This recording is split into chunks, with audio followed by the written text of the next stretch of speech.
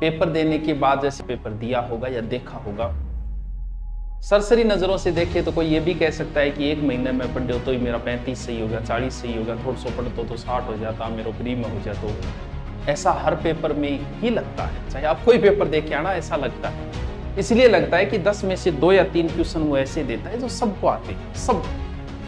फिर 10 में से वो 5% ऐसे देते हैं जिसमें आदमी 2 पे आके अटक जाए, और 10 में से 2 क्वेश्चन ऐसे देते हैं जो बहुतों के तो पहली बार इसमें, जैसे हिस्ट्री में भी 2-3 क्वेश्चन ऐसे थे।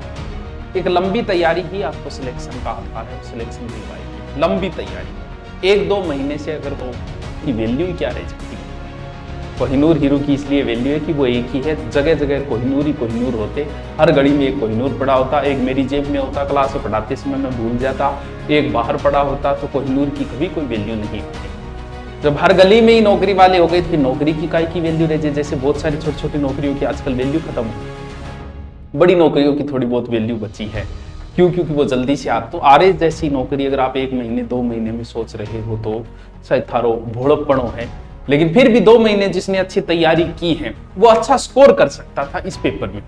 और हर पेपर में यही होता है, पढ़ाई आपको करनी पड़ेगी।